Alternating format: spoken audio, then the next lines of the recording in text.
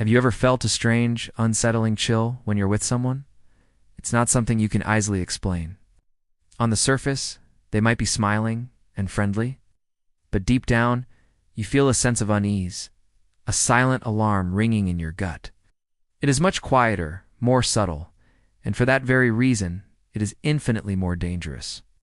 Ancient traditions and folk wisdom have warned us about these kinds of people for centuries. It's home to our selfishness, our anger, our greed, our fears, and our primitive instincts.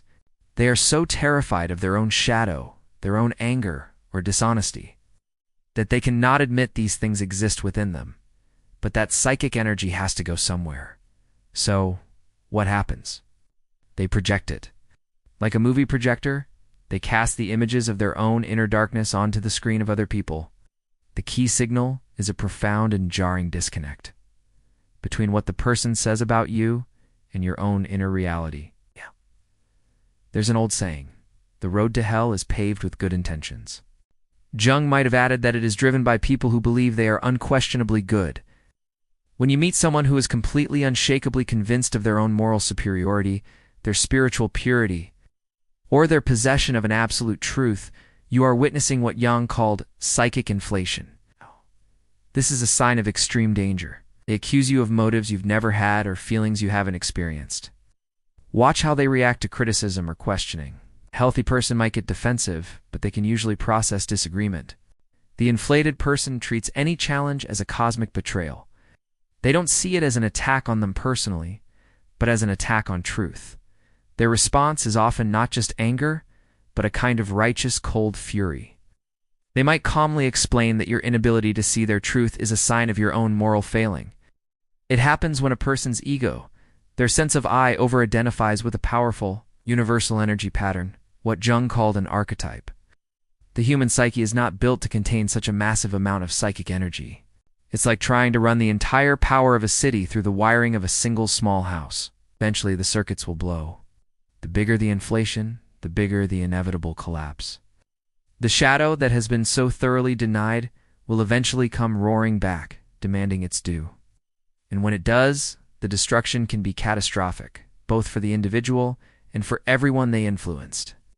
Specifically, they often latch onto the archetype of the savior, the guru, or the ultimate truth-bearer. Think about the wisest people in history. They were almost always filled with a sense of humility, an understanding of their own limitations. The inflated individual, by contrast, displays an absolute rock-solid certainty. They don't see their ideas as personal opinions. They see them as universal truths. To disagree with them is not to have a different point of view. It is to be an agent of darkness, to resist the good itself. When you try to explain yourself, they meet you with a wall of absolute certainty, immune to evidence or logic. In their mind, they have become a direct channel for God, for truth, for the universe, for goodness itself. They have merged their small personal self with a vast impersonal force. Jung saw how political and religious leaders suffering from severe ego inflation could attract legions of devoted followers. Their absolute conviction is like a powerful magnet for the rest of us who are navigating the normal uncertainties of life. We all have a deep-seated need for security, and the inflated person offers that in spades. They seem to have a direct line to the truth, and following them feels like a shortcut to safety and meaning. The spiritual ego is the trickiest of all. A normal ego might say, I am great. An inflated ego says, I am a humble servant of the greatest good, which makes it incredibly difficult to spot the danger. And the result is a psyche that is inflated like a balloon, stretched far beyond its natural size. Great spiritual masters throughout history have warned about this very trap, calling it the stink of enlightenment, or the veil of light, which is harder to see through than darkness because it feels so right. It feels like you're going crazy because your reality is being denied so completely. When you feel this, you are not having a normal conflict. You have accidentally stumbled onto the battlefield of someone's internal war, and you have become the unwilling screen for their horror movie. Everyone has a shadow. It's a natural part of being human. They might say you're being manipulative, or that you have bad intentions. You left feeling confused and defensive because you know what they're saying is untrue. You're not just having a simple disagreement. You're interacting with their delusion. They are not talking to the real you. They are talking to a distorted ghost they have created in their own mind, which is actually a reflection of the very parts of themselves they refuse to see. The problem isn't having a shadow. The danger arises when we pretend we don't have one.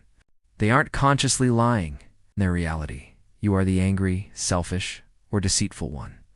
Their mind has literally filtered the world to prove their own innocence, because the alternative, seeing the darkness in themselves, is too terrifying for them to handle.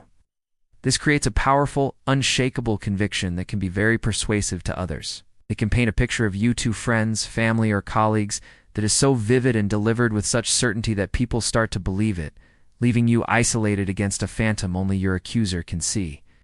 Ancient wisdom knew this well, from the Buddhist idea of a darkened mirror to the Christian metaphor of seeing the speck in another's eye while ignoring the plank in your own. When we refuse to go down into our own psychic basement and see what's there, those rejected parts don't just disappear. They stay in the dark, where they grow stronger, waiting for a chance to burst out. But it was Jung who managed to explain, in scientific terms, what our ancestors sensed intuitively. The most frightening part is that this danger signal can appear in people who seem completely normal, even charming and successful. And when you learn to spot it, Jung's work suggests that the wisest thing you can do is to step away, immediately and without hesitation. It's as if something invisible, yet profoundly disturbing, is happening just beneath the pleasantries. To understand it, let's first talk about the shadow. Think of your personality as a house. There are the rooms you live in every day, the ones you keep clean and show to guests. This is your conscious self, the person you believe you are. But every house has a basement or an attic, a place where you store things you don't want to look at. In the house of your psyche, this storage space is what Jung called the shadow. Carl Jung, one of the most brilliant psychologists in history, spent decades studying the human mind, and he uncovered a hidden pattern, a quiet signal that points to a danger far greater than any open threat. This signal, often missed by our logical minds but picked up by our deepest instincts, doesn't show up as angry words or obviously harmful actions. One of the most dangerous psychological mechanisms Jung ever identified is called shadow projection. The shadow is where we push all the parts of ourselves that we like or that we've been taught are bad. Now, imagine you're talking to someone who has locked their psychic basement and thrown away the key. This is shadow projection in its purest form. You find yourself in a conversation, and suddenly this person is accusing you of things that have nothing to do with you. The danger here is immense because the person projecting their shadow is utterly convinced that they are right. So how can you spot when this is happening to you? This leads us to the second, and perhaps even more alarming, signal of a hidden danger: ego inflation. This isn't just simple arrogance. It's easy to spot and usually just annoying. Ego inflation is much deeper and more treacherous. This person no longer sees themselves as a regular, flawed human being. The undeniable sign of ego inflation is that the person never, ever doubts their own motives. What makes this state so dangerous is that it can be incredibly charismatic. How can you recognize this in someone? Jung warned that this state is a danger not just to others, but also to the person experiencing it. What could be more unsettling than someone who seems flawless? A person who shows you exactly what you expect to see in every situation, at all times? Jung discovered a deeply disturbing pattern in certain individuals, a social adaptation so perfect that it erases any sign of roughness, contradiction, or genuine human messiness. Zen Buddhism speaks of the original face, the essential self that exists before we are shaped by our parents and society. Our brains are equipped with mirror neurons, which are designed to help us empathize and connect by subtly detecting the emotional state of others. They are incredibly good at spotting inconsistencies between someone's words, their facial expressions, and their body language. When a person's social mask is completely disconnected from their true inner feelings, our mirror neurons fire off a warning signal. Imagine you are talking with someone, and in an instant you perceive a subtle but absolute change. According to Jung, archetypes are primordial, universal patterns of energy that exist in the collective unconscious of all humanity. The anthropologist Mircea Eliade documented how shamans could differentiate between controlled states of channeling. They had become rigidly identified with a single archetypal pattern. All the normal doubts and ambiguities of human life disappear, placed by an absolute conviction that can be intensely persuasive to others. Jung observed how political and religious leaders in states of archetypal possession could inspire mass movements precisely because of this quality of superhuman certainty. They might be the unquestionable savior, the relentless warrior fighting for a cause, the perpetual victim of cosmic injustice, or the infallible judge casting down sentences. The same archetype of the savior holds the potential for both redemptive, world-changing compassion and for destructive, genocidal fanaticism. When a person becomes completely identified with an archetype, they will inevitably begin to manifest its darkest aspects, often without any awareness of the contradiction. Jung documented numerous cases where individuals possessed by archetypes committed acts that were completely contrary to their own conscious values and morals, later experiencing a kind of amnesia or creating elaborate rationalizations for their behavior. Archetypal possession represents the temporary loss of the capacity for self-reflection and personal choice, the very essence of what makes us human. You are no longer dealing with a person, but with a raw, impersonal force of nature wearing a human mask. The specific archetype matters less than the person's complete and total identification with it. The telltale indicators include a strange, intense glow in the eyes, a monolithic and repetitive quality in their speech, and the eerie feeling that the person you knew is no longer fully present. As the Jungian analyst Robert Moore pointed out, at that moment, you are no longer relating to a whole human being. You are interacting with an archetypal fragment that has hijacked their consciousness, where they intentionally invited an archetypal energy in for a specific purpose. In dangerous states of possession, where the individual's identity was completely wiped out, Christian mysticism spoke of the discernment of spirits as the essential skill needed to tell the difference between divine influences and destructive ones. They are the psychic blueprints for common human experiences: the mother, the hero, the trickster, the wise old man, the judge, the savior. These archetypes have both a light side and a dark side. When the consciousness of an individual gets completely overwhelmed and taken over by one of these powerful archetypal energies, they lose their individual personality. They become a mere puppet for a transpersonal force that is far too big for their human ego to handle. The person is still there physically, but something fundamental has shifted in their gaze, their energy, and the very quality of their presence. It is as if something ancient, powerful, and not entirely human is looking out at you through their eyes. This chilling experience, which many traditional cultures recognize as a form of possession, was understood by Jung as archetypal possession, perhaps the most alarming sign we can detect in another human being.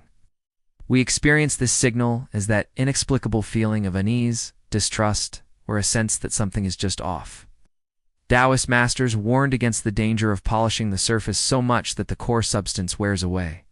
When someone has invested all of their psychic energy into maintaining a perfect external image, the rejected parts of their personality don't simply vanish.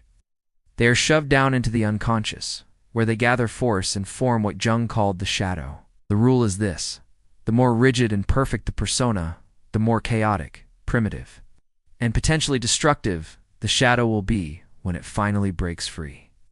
Jung simply gave these ancient insights a modern psychological name. She noted that people who present a perfect, saintly image to the world often experience shocking shadow eruptions. These are moments when all the repressed energy, the anger, the envy, the sexuality, the selfishness, explodes in unpredictable and devastating ways. This dynamic explains why we so often hear stories of seemingly perfect public figures, pastors, politicians, community leaders who suddenly fall from grace in a spectacular scandal. Their public persona was so flawless that it created an immense, untamed shadow that eventually had to erupt. In Jung's terms, complete identification with the persona is a betrayal of the true self, and like any deep betrayal, it eventually demands a terrible psychological price. The warning sign appears when you feel a strange sense of artificiality in your interactions with someone. Even when their behavior is technically perfect, this person always knows the right thing to say, the correct way to act, and the most appropriate facial expression to adopt. But it all lacks the spark of life, the unpredictability and inconsistencies that are part of authentic humanity. As the Jungian analyst James Hollis noted, excessive perfection in one's social life often indicates a proportional emptiness in one's inner life. He called this impeccable mask the persona, a term taken from the masks worn by actors in ancient Greek theater. When you encounter it in its most extreme form, your instincts may sense a profound warning long before your conscious mind can figure out why. Total identification with the persona is a signal of extraordinary psychological danger because it points to a complete split between the person's outer image and their inner reality. The individual has sacrificed their authentic self on the altar of social acceptance. They have created a facade so elaborate and polished that even they themselves have forgotten what, if anything, is left behind it. The great poet Fernando Pessoa captured this perfectly when he wrote, "The danger is not in the mask, but in forgetting that it is a mask." Eastern spiritual traditions have pointed to this phenomenon for millennia. Modern neuroscience has given us a clue as to why this feels so creepy. The real danger, however, lies in what this extreme performance hides. Maria Louise von Franz, one of Jung's closest colleagues, observed this dynamic countless times. This leads us to an even more profound and unsettling signal. To understand this, we first need to understand archetypes. Shamanic traditions all over the world understood this difference perfectly. The warning sign arises when you notice that someone has lost their normal psychological flexibility. What is particularly alarming is that the person possessed by an archetype experiences an extraordinary sense of certainty and purpose. The ultimate danger lies in the fact that archetypes, as primordial patterns, contain extreme opposites.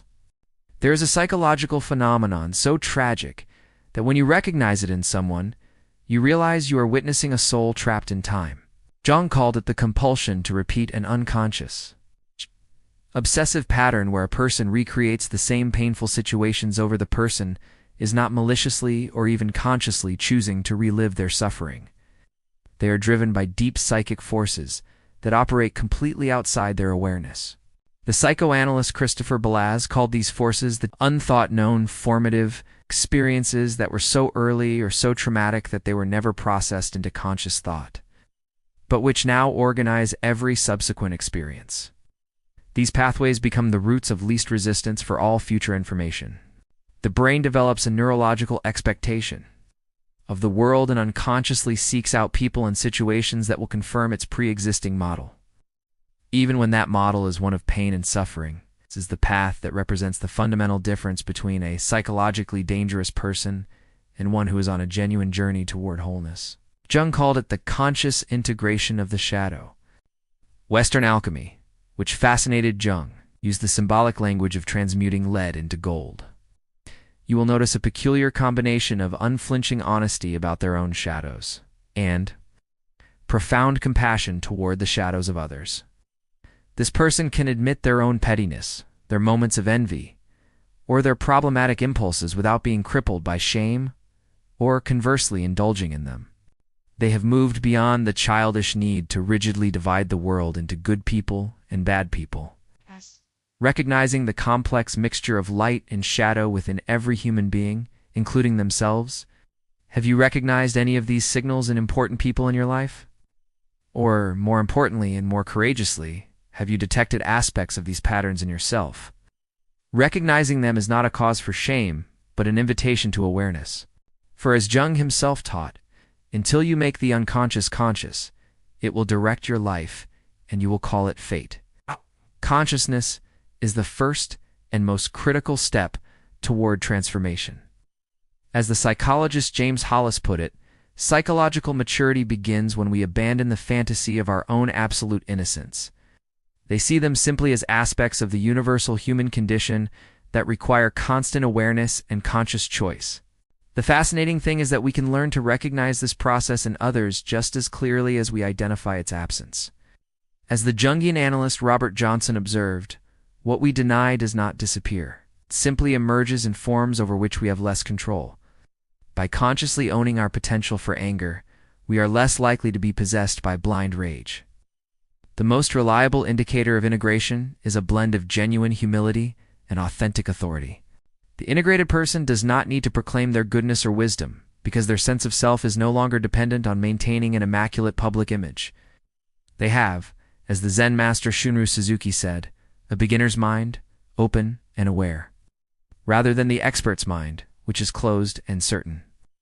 By acknowledging our own capacity for deception, we are less likely to become pathological liars.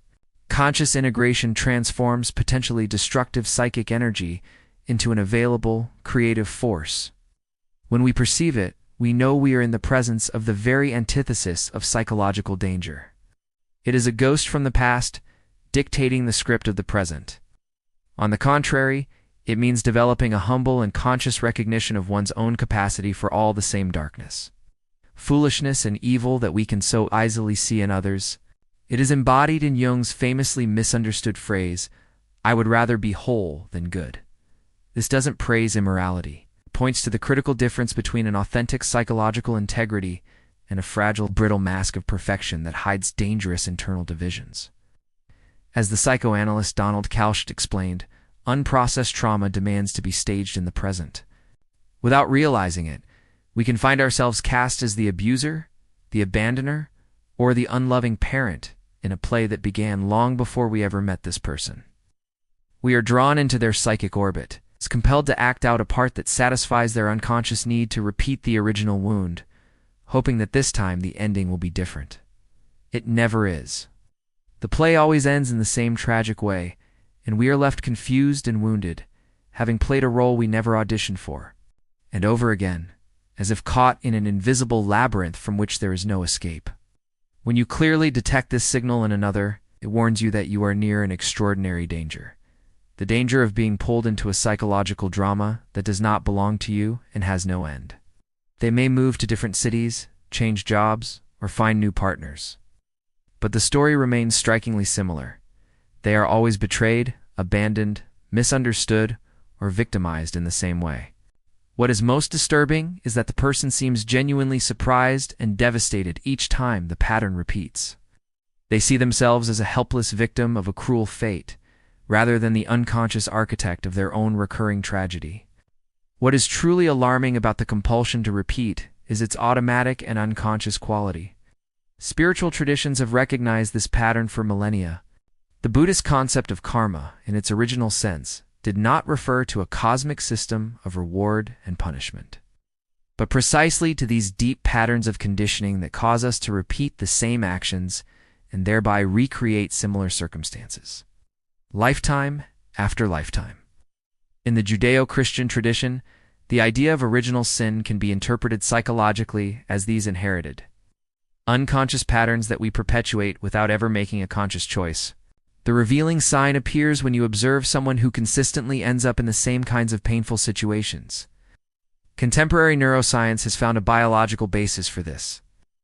Early life experiences, especially traumatic ones, literally carve deep neural pathways in the brain.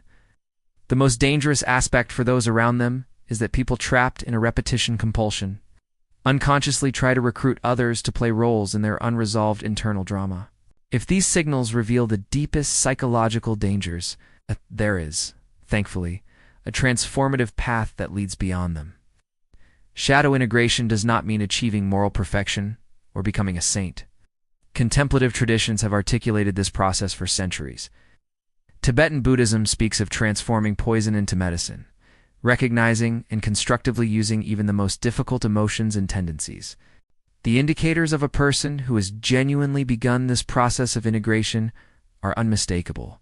Paradoxically, it is the conscious recognition of our most difficult aspects that dramatically decreases the likelihood of us unconsciously acting them out.